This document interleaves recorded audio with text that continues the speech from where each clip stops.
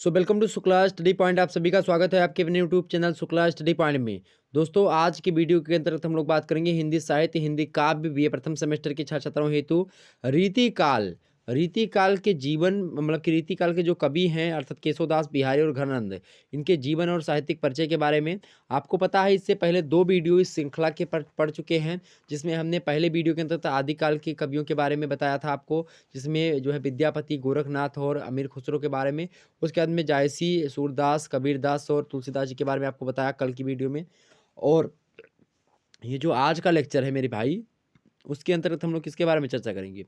केशवदास बिहारी और घनानंद की जीवन परिचय के बारे में, उनकी रचनाओं के बारे में चर्चा करने का प्रयास करेंगे। चलिए प्रारंभ करते कक्षा को, बिना समय गवाए हुए। ज़्यादा लंबी आपकी वीडियो नहीं होगी, इसलिए सेशन में अंत तक अवश्य बने रहें। ओके, चलिए प्रारंभ करते कक्षा को। देखिए, आचार्य केशवदास। आचार्य केशवदास के बारे में समझ लेते हैं भाई। आचार्य केशवदास जी के बारे में हम समझ लेते हैं।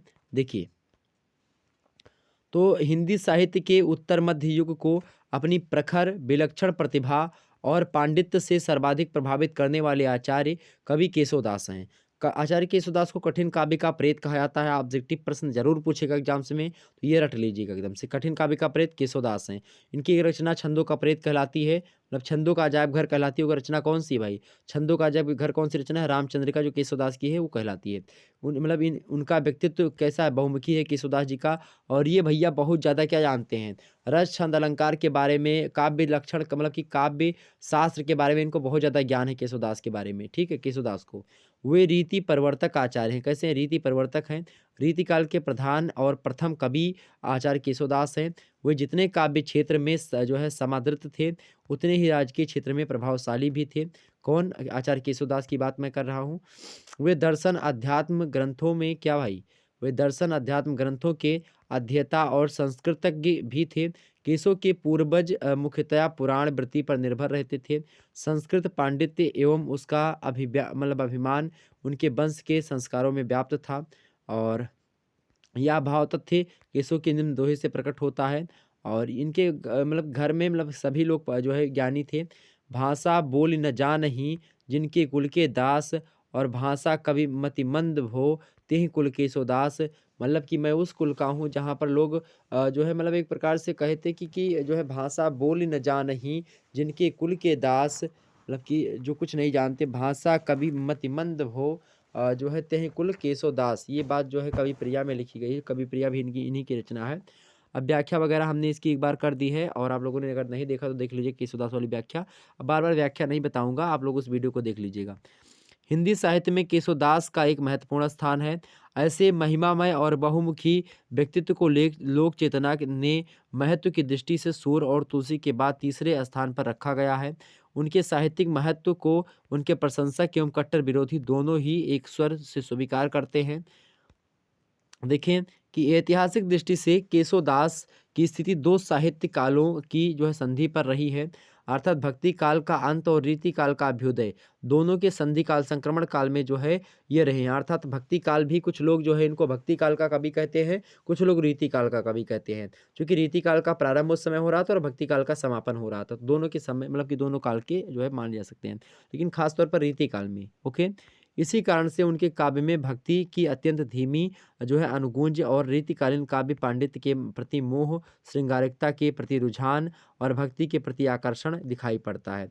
स्पष्टतः केशवदास हिंदी के प्रथम काव्य शास्त्र प्रणेता बिल्कुल हैं। हिंदी के प्रथम काव्य शास्त्र प्रणेता कौन है? तो जो है आचार्य केशवदास हैं। रीति काव्य के प्रवर्तक हैं ये, और कवि हैं। और रीति काव्य धारा के प्रतिनिधि कवि आचार्य मतलब प्रतिनिधि आचार्य भी कौन है? केशवदास ही हैं। ओके, ध्यान रखेंगे। यद्यपि केशवदास ने अपनी अनेक रचनाओं में निजी जीवन से संबंधित महत्वपूर्ण सामग्री दी है, तथापि उनके जन्म और देहावसान की तिथियां अनिश्चित सी हैं। इतना विवाद मतलब कि इतना निर्विवाद जो है कि रतन बावनी उसकी पहली रचना मतलब उनकी पहली रचना है। रतन बावनी के प्रकाश में आने से पूर्व रसिक प्रिया को ही उनकी पहली रचना माना जाता जाता रहा है। और उसमें दिए रचना काल संवत 1600 जो है 48 अर्थात 1591 ईस्वी को आधार मान करके 30 या 40 वर्ष पूर्व उनकी जन्मतिथि निर्धारित करने का जो है उपक्रम किया गया है। पंडित गणेश प्रसाद द्विवेदी जी ने मतलब उन्होंने अपने सुकवि सरोज, उनकी जो पुस्तक है सुकवि सरोज में पंडित गणेश प्रसाद द्विवेदी की उस कवि सरोज में केसो के वंशधरों से प्राप्त वंश वृक्ष पर लिखित इन दोहों को उद्धृत करके एक विचारणीय आधार प्रस्तुत किया है, जिसे व्यवहारतः स्वीकार किया जा सकता है।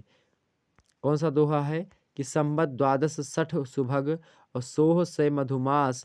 और आगे क्या कहा गया भाई, आगे कहा गया कि तब कवि केसो को जन्म नगर ओछड़े मतलब ओड़से बास। उपरोक्त दोहे के अनुसार संवत 1612 अर्थात 1561 ईस्वी में चैत का महीना था। चैत मास में केशोदास का जो है जन्म सिद्ध होता है। वंशधर श्रावण प्रसाद की जानकारी के आधार पर रामनवमी की तिथि भी मानी जा सकती है, जो केशव की राम भक्ति से संगति रखती है। जन्म दिवस के किसी प्रमाणिक उल्लेख बिना यह तिथि जो है अब भी मतलब जो है कोई प्रमाणिक उल्लेख के बिना यह तिथि जो है अब भी असंदिग्ध नहीं कही जा सकती और व्यवहारतया इसे मान लेना अनुचित नहीं प्रतीत होता है। केशव के वंशधर के साक्ष्य से यह तिथि रामनवमी भी मानी जा सकती है, तो ये बात भी ध्यान रखेंगे। जन्म कब हुआ था? 1561 ईस्वी में। ओके, आगे समझते हैं। केशव के पिता का नाम क्या था भाई? काशीनाथ मिश्रा था। केशव राजाश्रय में रहते थे, मतलब राजा के यहाँ पर रहते थे और दरबारी कवि थे। और ये ओरछा के राजा मधुकर शाह के द्वारा विशेष सम्मानित थे। महाराज के अनुज इंद्रजीत सिंह केशव को अपना गुरु मानते थे। संस्कृत भाषा एवं साहित्य पर अधिकार केशव के वंश की विशेषता थी। केशव का ज्ञान अनुभव बड़ा विस्तृत था, क्योंकि उनके सारे के सारे घर लोग पढ़े लिखे थे, खूब अधिक मात्रा में संस्कृत के और मतलब कि संस्कृत के बड़े ज्ञानी थे। केशव की मृत्यु तिथि के विषय में भी स्थिति प्रायः अनिश्चित है। मिश्र बंधुओं से लेकर के आचार्य रामचंद्र शुक्ला तक यह तिथि संवत 1674 अर्थात 1617 ईस्वी मानते हैं। पंडित राम दहीन मिश्र आदि अन्य विद्वानों ने तुलसी और केशव के समकालीनों पर विचार करते हुए इसे संवत 1680 अर्थात 1630 ईस्वी तक ले जाना संभव माना है। इस दृष्टि से संवत 1617 ईस्वी की तिथि अधिक संभाव्य प्रतीत होती है। बहुसंख्यक विद्वान इसी पक्ष में हैं। तो इनका जो जन्म हुआ था 1561 ईस्वी में हुआ था, मृत्यु 1617 ईस्वी में मानी जाती है। ओके, ये बात ध्यान रखेंगे। इनकी रचनाओं को देख लेते हैं। केशवदास जी की रचनाएं देखिए। केशवदास जी ने अपने कृतित्व द्वारा साहित्य को 10 ग्रंथों से सुशोभित किया है। वो इस प्रकार से हैं। ग्रंथ कौन कौन से हैं? पहला ग्रंथ है इनका है कौन सा भाई? रतन बावनी। दूसरा है रसिक प्रिया। तीसरा है नखशिख। चौथा है 12 मासा। पांचवा है रामचंद्रिका। छठवा है कवि प्रिया। सातवां है छंदमाला। आठवीं रचना है वीर सिंह देवचरित्र और नवीं रचना है विज्ञान गीता। 10वीं रचना जहांगीर जस चंद्रिका। विज्ञान की दृष्टि से वीर सिंह देवचरित्र, जहांगीर जस चंद्रिका और रतन बावनी ऐतिहासिक कृतियां हैं। वीर सिंह देवचरित्र प्रशस्ति मूलक चरित्र काव्य है। जहांगीर जस चंद्रिका भी प्रायः इसी कोटि में आती है। रतन बावनी जो है एक वीर काव्य है। तो इस प्रकार से इनके बारे में हमने आपको बता दिया जो है आचार्य केशवदास जी के बारे में। अब बिहारी लाल के बारे में समझते हैं। कहत नटत रीझत खिजत मिलत खिलत लजियात, भरे भुवन में करत हैं नैनन ही सौवात। बिहारी का ये दोहा बड़ा ही फेमस है कि सत सैया के दोहरे, जो कहा नटत इज्जत खिजत, ये वाला फेमस है। ठीक है, बिहारी के संदर्भ में एक दोहा प्रचलित है। कहा जाता है कि जो है सत सैया के दोहरे, जौ नावक के तीर देकर मैं छोटे लगे घाव करे गंभीर। ओके, समझते हैं भाई बिहारी के जन्म के बारे में। तो बिहारी जी का जन्म जो हुआ था 1652 जो है बिक्रमी में ग्वालियर राज्य के बसुआ गोविंदपुर नामक गांव में हुआ था। इनके जन्म के 7 से 8 वर्ष के बाद में इनके वंशधर ग्वालियर को छोड़ करके ओरछा जाकर के बस गए थे। वहीं पर बिहारी को केशव के ग्रंथों का अध्ययन करने का अवसर प्राप्त हुआ। वहाँ पर नरिहर दास नामक महात्मा भी रहते थे, जो संवत 1683 से संवत 1741 तक जो है निधि बन गद्दी के महंत रहे। बिहारी ने इन्हीं का शिष्यत्व स्वीकार किया। तो नरिहर दास किसके शिष्य थे आप बताएंगे? नरिहर दास जो है तुलसीदास के भी शिष्य थे और नरिहर दास बिहारी के भी शिष्य थे। ओके, और इन्हीं के संरक्षण में संस्कृत पाली और संस्कृत जो पाली आदि, मतलब वो नरिहर दास शायद दूसरे हों, लेकिन ये भी मतलब कि लगभग उसी दूसरे थे वो नरिहर दास जो तुलसी के गुरु थे। ओके, बात ध्यान रखेंगे। तो प्राकृत आदि भाषाओं का गंभीर अध्ययन किया। बिहारी ने कुछ समय तक रीति साहित्य के आदिकालीन केशवदास के पास रहकर भी अनेक ग्रंथों का अध्ययन जो है वो किया। किंतु संवत 1664 ईस्वी के आसपास जब महाराजा इंद्रजीत का वैभव जो था वो नष्ट होने के कारण से केशवदास गंगा तट पर वास करने चले गए। बिहारी अपने पिता के साथ वृंदावन जाकर के रहने लगे। ओके, एक बार जितने भी लोग देख रहे हो फटाफट से वीडियो को लाइक और शेयर कर दीजिएगा। ओके, चलिए। तो इन्हीं दिनों शाहजहां नरिहर दास जी ने के दर्शन के लिए वृंदावन आया और जो है बिहारी को अपने साथ आगरा ले गया। कौन? शाहजहां जो था वो आया था। आगे समझते हैं। शाहजहां के पुत्र जन्मोत्सव पर अनेक नरेश जो थे इकट्ठा हुए। वे सभी इनकी कविता पर जो है इतने मुग्ध हुए कि इनकी वार्षिक वृत्ति बांध दी कि हाँ भैया, अब आपको इतना रुपया दिया जाएगा। अपनी वृत्ति लेने के लिए 1662 ईस्वी में जयपुर के महाराजा जयसिंह के पास ये गए।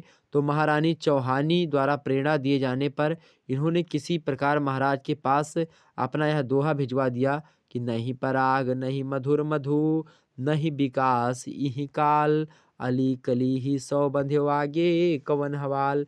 मतलब एक नई नई शादी हुई थी राजा इनकी, राजा की, किसकी, कौन से राजा थे भाई? राजा थे आपके, उनका नाम है जय सिंह महाराजा। तो इनकी नई नई शादी हुई थी और एक प्रकार 16 वर्षीय कन्या थी, उसके साथ शादी हुई थी। तो पूर्ण रूप से वो कन्या भी युवावस्था को प्राप्त भी नहीं हुई थी। और ऐसे में जो ये थे, इनका क्या नाम था, जो है बिहारी, मतलब बिहारी लाल ने कहा कि मतलब महाराजा जय सिंह जो थे वो उसी में फंस गए थे। यहाँ पर अर्थ देखेंगे कि नहीं पराग नहीं मधुर मधु, नहीं विकास ही काल, कि अभी जो है इस कन्या का मतलब कि जो जिसके मतलब कि कहने का मतलब ये है कि जिस कली का भी विकास नहीं, पराग नहीं मधुर मधु नहीं विकास ही काल, कि अभी तो जो है भंवरे जो है अली कली ही सौ बंधे आगे कौन हवाल। राजा से इन्होंने कहा कि आप जो है उस भंवरे की भांति फंस गए हो कली में, मतलब कि कली को चूसने में लगे हो, कली के जो है का रसपान कर रहे हो, पुटपान कर रहे हो। और अभी तो ये फूल भी नहीं हुई है, नहीं परागु नहीं मधुर मधु, अभी इसमें ना तो पुष्प है ना उसकी सुगंध है सही तरीके से पुष्प की, और सुगंध तो है ना ही उसमें अभी रस पूरा का पूरा हुआ है। और फिर भी जिस प्रकार से भंवरे कली में फंस जाते हैं, उसी प्रकार से आप जो है कली में फंस गए हो, अर्थात छोटी जो है लड़की है अभी और उसी के चक्कर में जो है पड़े हुए हो। कहने का मतलब यहाँ पर ये था कि वो जो है अभी उसका पूर्ण रूप से जो है शारीरिक विकास भी नहीं हुआ है, और आप उसी में जो है अगर अभी लिप्त हो गए हो और उसमें इतना ज़्यादा खो गए हो, तो अब आगे कौन हवाल। जब आगे आप जो है जब ये अपनी युवा अवस्था को पूर्ण रूप से प्राप्त हो जाएगी कन्या, जो स्त्री आपकी पत्नी है, तब आपका क्या हाल होगा। इस प्रकार से जो है बिहारी लाल ने जो है राजा को संबोधित किया। और उसी समय राजा जो है अपने कार्य वगैरह को भूल गए थे उसमें। तो अब जो है ये राजा जो है थोड़ा से क्या होते हैं, सचेत होते हैं। आगे समझते हैं। बिहारी रसिक कवि थे, परंतु इनकी रसिकता जो है नागरता से ओतप्रोत थी। इनका जो है संबंध सामंती युग से था, जिसमें वैभव प्रदर्शन की लालसा ने सभी मानवीय वृत्तियों को विभूत कर लिया था। बिहारी ने अपने काव्य में इस लालसा की भर्त्सना भी की है। ये विनोदी भी थे, और यही कारण है कि इनकी सतसई में भाव गंभीर के साथ साथ हास्य रस के छींटे भी मिल जाते हैं। संवत 1720 ईस्वी के आसपास हिंदी साहित्य का यह अमर कवि जो है स्वर्गवासी हो गया। संवत जो है संवत ग्रह शशि जलधि क्षिति, छठ तिथि बासर चंद, चैत मास पख कृष्ण में पूरब जो है आनंद कंद। ये था इनके जन्म से संबंधित कुछ बातें। और बिहारी की मात्र एक रचना है बिहारी सतसई, बाकी इनकी कोई रचना नहीं है। तो बस एक मात्र रचना हमने आपको बताई दी, बिहारी सतसई। आगे हैं आपके कवि घनानंद। घनानंद के बारे में बात कर लेते हैं। घनानंद जो थे भाई वो भी घनानंद ही हैं एकदम से, ठीक। खूब ज़्यादा जो है वियोग के कवि कहे जाते हैं, प्रेम का पीर का कवि इन्हीं को कहा जाता है। बिहारी लाल को जो है गागर में सागर भरने का काम इन्होंने किया है। तो इनको बिहारी को गागर में सागर मतलब कि गागर में सागर भरने का काम किस कवि ने किया है? तो बिहारी किसने किया भैया? बिहारी लाल ने किया है। ओके, सॉरी, थोड़ा सा दिक्कत हो गई, मतलब जमुआई आ रही थी, चलिए सॉरी। तो रीति मुक्त काव्यधारा के स्वच्छंद कवि घनानंद श्रृंगार रस के श्रेष्ठ कवियों में से क्या है भाई? एक माने जाते हैं। श्रृंगार रस सिक्त कवि घनानंद का जन्म जो हुआ था संवत 1746 ईस्वी के लगभग में हुआ। इनके जन्म स्थान और जनक के नाम अज्ञात हैं। जनक माने होता है पिता, तो जन्म स्थान कहाँ पर था और उनके पिता कौन है ये नहीं पता है। यह कायस्थ जाति के थे इतना जरूर पता है। इनका आरंभिक जीवन दिल्ली तथा उत्तर मतलब उसके बाद का जो जीवन था वृंदावन में बीता। संगीत तथा साहित्य में इनकी गति असाधारण थी। ये रीति मुक्त काव्यधारा के जो है अग्रणी कवि थे। जो है आनंद घन नाम से जो है पहले प्रसिद्ध थे, इनका नाम आनंद घन था। द्विवेदी जी का मत है कि कवि का मूल नाम आनंद घन रहा होगा, किंतु छंदात्मक जो है लय विधान के कारण से ये स्वयं ही आनंद घन से घनानंद हो गए होंगे। कहा जाता है कि दिल्ली के बाद मतलब जो शाहजहाँ थे, मोहम्मद शाह रंगीले, इनके दरबार में मीर मुंशी थे कौन, जो है घनानंद। सुजान नामक नर्तकी से इनका अटूट प्रेम था। एक बार दरबारियों के ये कहने पर कि मीर मुंशी मतलब मुंशी जी बहुत अच्छा गाते हैं, बादशाह ने इनका गाना सुनने की हट पकड़ ली। और लोगों ने कहा कि ऐसे नहीं गाएंगे ये, सुजान बैस्या के कहने पर जो है अवश्य गाएंगे। सुजान को बुलवाया गया राज दरबार में, और उसके कहने पर जो है ये जो थे घनानंद जी, ये जो है गाने मतलब कि उसकी ओर जो है उन्मुख होकर के ऐसा गाया, खूब मंत्रमुग्ध होकर खूब गाया भैया। और जब खूब गाया तो क्या हो गया, सारा दरबार मंत्रमुग्ध हो गया। सुजान के प्रेम में पड़ करके घनानंद बादशाह से बेअदबी कर बैठे, जिससे कुपित होकर के बादशाह ने इन्हें क्या कर दिया, दिल्ली दरबार से निष्कासित कर दिया। और इन्होंने सुजान से साथ चलने को कहा, परंतु उसने इनकार कर दिया। जब भैया एक दो प्यार का इजहार जो है एक दो भाई पहले से किए होते, पहले से अगर कुछ मामला सही होता, तो अगर आप उसका जो है जब मतलब जब बेअदबी कर बैठे उससे मतलब कि राजा से, उसके बाद में उसका हाथ पकड़ा तुरंत, कहा चलो सुजान आओ चलते हैं, फिर जो है यही एक राजा है, अलग चलते हैं हम लोग। तो सुजान कहीं छोड़ दिया, हाथ छुड़ा ली तुरंत, कहीं नहीं जाना है आप जाओ। ठीक। अब भाई इनकी घनघोर बेइज्जती हो गई जो है भाई जो है इनकी घनानंद जी की। अब ये जो है बेचारे उसी समय जो है विरक्ति हो गई इनकी, और ये जो है क्या हो गए भाई, इन्होंने सुजान से चलने को कहा परंतु इनकार कर दिया। सुजान की विरक्ति ने इन्हें क्या कर दिया, और भी निराश और दुखी कर दिया। और ये अब वृंदावन चले जाते हैं, और भगवान श्री कृष्ण के प्रति अनुरक्त होकर के इन्होंने निम्बार्क संप्रदाय में जो है वृंदावन देव से दीक्षा ले ली। और ये इनके दीक्षित गुरु कौन थे, वृंदावन लाल जो थे, वो सॉरी वृंदावन देव थे, निम्बार्क संप्रदाय में दीक्षित थे। आपसे पूछता है कि जो है घनानंद किस संप्रदाय में दीक्षित थे, तो निम्बार्क संप्रदाय में दीक्षित थे, निम्बार्क। ओके। और वृंदावन देव इनके दीक्षित गुरु थे, मतलब दीक्षा गुरु। अपने परिवार का मोह भी त्याग दिया था इन्होंने। संबत 1766 ईस्वी में नादिर शाह के सैनिकों से मतलब की ने मुठभेड़ में जो है इनका हाथ काट डाला गया। शुक्ल जी के विचार में ये नादिर शाह के आक्रमण के समय मारे गए। कुछ विद्वानों का मत है कि मथुरा पर जो है अहमद शाह अब्दाली के प्रथम आक्रमण के समय ये मार डाले गए थे। ये कुछ बातें थी इनके संदर्भ में जो हमने आपको बताई। इनकी रचनाओं को देख ले थोड़ा सा, तो इनकी दो रचनाएं जो है उपलब्ध हैं, जिनका संबंध क्रमशः लौकिक श्रृंगार एवं भक्ति से है। प्रथम वर्ग की रचनाएं कवित सवैयों में है, तथा दूसरे वर्ग की जो रचनाएं हो पदों में है और दोहा चौपाइयों में वर्णित है। घरानंद के द्वारा रचित ग्रंथ इस प्रकार से, पहला सुजान सागर, दूसरा है बिरह लीला, तीसरा है कोक सागर, चौथा है आपका कोक सागर को कोट सागर भी कहा जाता है, कोट सार कहा जाता है। और चौथी रचना इनकी जो है रसकेली बल्ली। और पांचवी रचना है कृपाकंद। कौन सी पांचवी रचना, कृपाकंद अर्थात कृपाकांड। इसके अतिरिक्त इनके कविता सवैयों की फुटकल संग्रह में भी 150 से लेकर के जो है 425 तक, क्या फुटकल संग्रह में 150 से लेकर के 425 तक जो है कविता सवैये मिलते हैं। डॉक्टर नगेन ने इनकी कविता सवैयों की संख्या कितनी मानी है, 752 मानी है। पदों की संख्या 1057, और दोहे चौपाइयों की संख्या जो है 2354 मानी है। कृष्ण भक्ति संबंधी इनका एक बहुत बड़ा ग्रंथ छत्रपुर के राज पुस्तकालय में है, जिसमें प्रिया प्रसाद बियोबेली, उसके बाद में ब्रज व्यवहार, कृपाकंद, निबंध, गिरी गाथा, भावना प्रकाश, गोकुल विनोद, धाम चमत्कार, कृष्ण कौमुदी, मतलब कि नामाधुरी, वृंदावन मुद्रा, प्रेम पत्रिका, रस बसंत, ब्रज वर्णन इत्यादि अनेक ग्रंथ जो है संकलित हैं। तो कृष्ण भक्त संबंधी इनका एक बहुत जो है बड़ा ग्रंथ छत्रपुर के जो है राज पुस्तकालय में रखा हुआ है। उसमें बहुत सारी रचनाएं संकलित, जैसे कि ये प्रिया प्रसाद वगैरह, जो है बियोबेली, ब्रज व्यवहार, कृपाकंद, निबंध, ये सब रचनाएं उसमें संकलित है। ओके। तो ये क्लियर हो गई इतनी चाहिए रचनाएं आपके। तो ये जो है हमने थोड़ा थोड़ा सबके बारे में बता दिया आपको। खनन के बारे में हमने समझा दिया, बिहारी के बारे में हमने समझा दिया, और आपको जो है हमने किसके बारे में बताया भाई, किसके बारे में बता दिया, आचार्य केशवदास जी के बारे में बता दिया। अब जो है नेक्स्ट वीडियो में हम समझेंगे किसके बारे में। नेक्स्ट वीडियो जो होगा आपका, नेक्स्ट वीडियो जो होगा उसमें हम आधुनिक काल के कवियों के बारे में, लगभग 5 कवियों के बारे में समझेंगे। आधुनिक काल के कवियों के बारे में 5 कवियों के बारे में, जिसमें आप भारतेंदु जी के बारे में समझेंगे। और जो है भारतेंदु के बाद में हम और भी जो लोग आपके पाठ्यक्रम में संकलित हैं उन सभी के बारे में, जीवन परिचय, उनकी रचनाओं के बारे में आपको बताने का प्रयास करेंगे। कुछ उनके बारे में इंपॉर्टेंट बातों को भी चर्चा करने का प्रयास करेंगे। ठीक है। तो इससे एग्जाम्स के लिए आपको बहुत ज़्यादा जानकारी मिलेगी, और आप अच्छे तरीके से एग्जाम्स में अपने नंबर कर पाएंगे। ओके।